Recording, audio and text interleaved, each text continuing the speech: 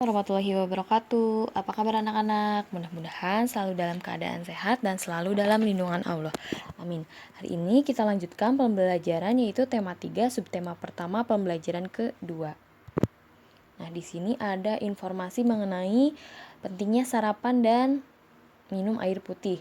Nah, sarapan penting bagi tubuh kita. Sarapan yang sehat memberikan energi bagi tubuh kita. Nah, apakah kalian setiap pagi suka sarapan? Harus ya, setiap pagi kita harus sarapan agar pada saat menjalankan aktivitas kita sudah memiliki energi yang cukup. Nah, selain makanan yang sehat, minum air putih pun penting bagi kesehatan kita. Nah, selain sarapan, air putih juga penting bagi kesehatan tubuh kita. Nah, di sini ada sebuah iklan. Iklan mengenai pentingnya air untuk kita. Nah, tubuh membutuhkan 2-2,5 liter atau 8-10 gelas setiap hari per hari. Nah, ciri-ciri air sehat. Yang pertama, jernih, tidak berbau dan tidak berasa. Nah, di sampingnya ada pertanyaan. Apa yang harus terdapat dalam sebuah iklan? Nah, kalian coba perhatikan gambar di samping. Apa yang harus terdapat dalam sebuah iklan? Yang pertama, yaitu adanya gambar yang menarik. Yang kedua, adanya kata kunci. Yang ketiga, adanya makna atau penjelasan dari kata kunci tersebut. Nah, apakah kata kunci yang dapat kamu temukan? Nah, kata kuncinya yaitu pentingnya air bagi tubuh kita. Nah, selanjutnya, apa makna yang terdapat dalam kata kunci tersebut? Nah, maknanya yaitu tubuh membutuhkan 2-2,5 liter atau 8-10 gelas per hari. Nah, karena tubuh kita membutuhkan asupan air putih. Nah, bisa dipahami?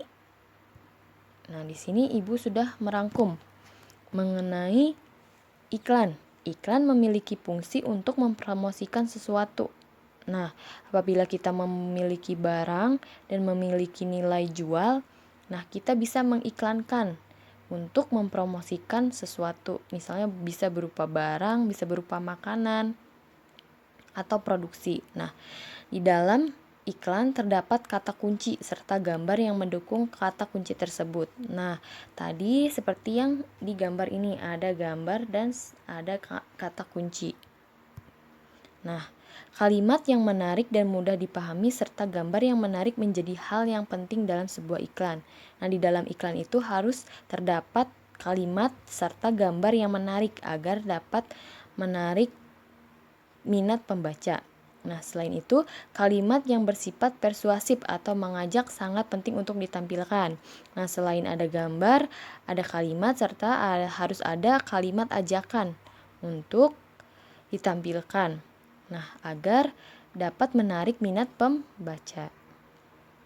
Nah, selanjutnya kita ke sistem pencernaan. Nah, sistem pencernaan yaitu salah satu sistem pencernaan itu meliputi proses masuknya makanan. Nah, salah satu ciri makhluk hidup adalah memerlukan makan. Nah, makanan yang telah dimakan akan diuraikan dalam sistem pencernaan menjadi sumber energi. Nah, komponen penyusun sel dan jaringan serta nutrisi yang dibutuhkan oleh tubuh. Nah, selain itu, sistem pencernaan merupakan salah satu sistem kompleks yang terdapat pada tubuh kita. Nah, di sini ada bagian-bagian sistem pencernaan pada manusia. Nah, kemarin kan kita sudah mempelajari mengenai sistem pencernaan pada sapi. Sekarang kita akan mempelajari sistem pencernaan pada manusia. Yang pertama, ada mulut. Nah, ada mulut, ada kerongkongan, ada lambung, ada usus halus yang warna oranye, ada usus besar yang berwarna hijau, serta ada anus. Nah, ada fungsi sistem pencernaan pada manusia. Yang pertama, untuk menghancurkan makanan. Yang kedua, untuk membuang sisa-sisa makanan yang sudah tidak dibutuhkan oleh tubuh. Karena sisa-sisa makanan di dalam tubuh kita dapat berubah menjadi racun apabila kita tidak tidak mengeluarkan sisa-sisa makanan tersebut. Nah, selanjutnya enzim pencernaan. Di dalam sistem pencernaan terdapat enzim pencernaan. Nah, enzim pencernaan ini dapat mempermudah proses penyerapan sari-sari makanan bagi tubuh.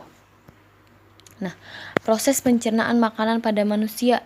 Yang pertama ada proses memasukkan makanan ke dalam mulut. Nah, hal yang pertama yaitu memasukkan makanan ke dalam mulut. Yang kedua, mengunyah makanan dengan menggunakan gigi. Setelah makanan masuk ke dalam mulut, lalu makanan tersebut dikunyah menggunakan gigi. Nah, selanjutnya menelan makanan di kerongkongan. Nah, setelah makanannya halus, makanan tersebut ditelan ke kerongkongan. Setelah ke kerongkongan disalurkan ke lambung. Nah, di lambung ini terjadi proses pemecahan makanan dari zat yang kompleks menjadi molekul-molekul yang lebih sederhana dengan bantuan enzim. Nah, yang selanjutnya proses penyerapan sari-sari makanan yang terjadi di usus halus. Nah, selanjutnya proses pengeluaran sisa-sisa makanan yang sudah tidak diperlukan oleh tubuh melalui organ anus.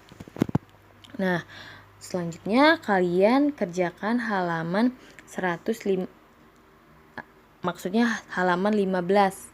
Nah, di situ ada tugasnya gambar sistem pencernaan pada manusia. Nah, coba gambarkan dengan diagram atau alur perjalanan makanan dari rongga mulut hingga keluar melalui anus. Nah, misalnya kalian buat di sini mulut lalu ke tenggorokan. Nah, kalian lanjut.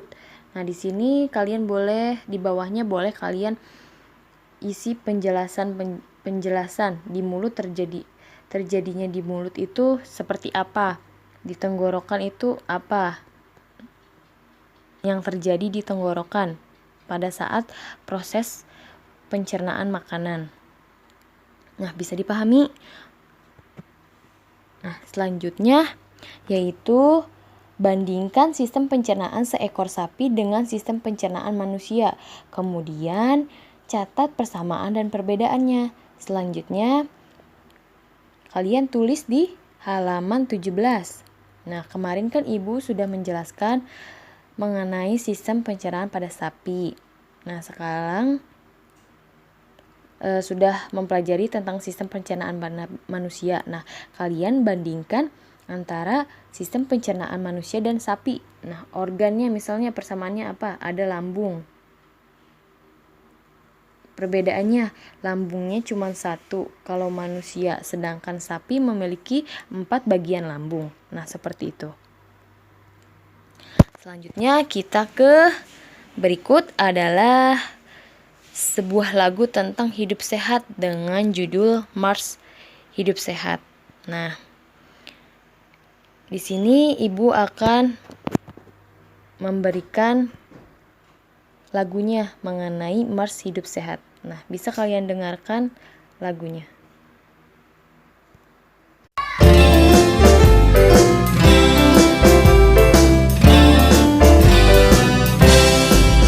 Tiada yang lebih berharga dari nikmat hidup sehat. Sehat jiwani, sehat jasmani, kunci hidup bahagia. Meski kaya terhormat mulia,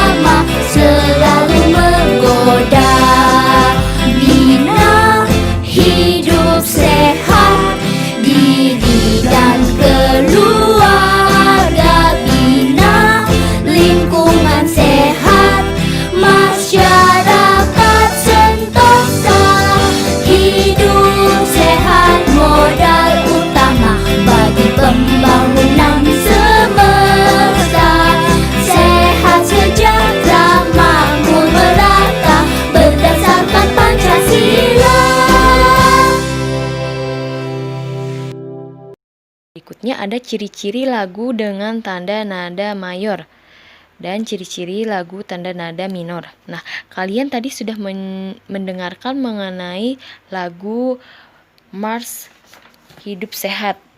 Nah, kalian bisa mengklarifikasikannya pada apakah termasuk tanda nada mayor atau minor. Nah, kalau mayor, lagunya bersifat riang gembira, terdengar bersemangat, serta umumnya diawali dan diakhiri dengan do. Kalau tanda nada minor, cirinya yaitu lagu bersifat sedih, terdengar kurang bersemangat, dan umumnya diawali dan diakhiri dengan nada la. Nah, tugas untuk SBDP. Nah, kerjakan halaman 19. Di situ ada kalian mengamati atau mendengarkan. Tadi sudah mendengarkan mengenai Mars Hidup Sehat. Nah, di situ ada soal memiliki tanda nada lagu apa, mayor atau minor. Nah, kalian jelaskan. Selanjutnya, di bawahnya ada kalian isi tabel mengenai lagu tanda nada mayor dan minor. Nah, kalian isi lagu-lagu yang termasuk dalam lagu tanda nada mayor dan tanda nada minor. Misalnya, lagu bertanda nada mayor itu misalnya Garuda Pancasila, itu kan bersemangat. Nah, untuk yang tanda nada minor, misalnya lagu Mengheningkan Cipta. Nah, itu merupakan salah satu contoh lagu bertanda nada mayor dan minor.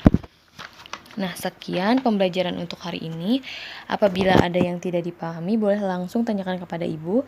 Kurang lebihnya Ibu mohon maaf. Ditutup. Wabillahi taufiq wal hidayah. Wassalamualaikum warahmatullahi wabarakatuh.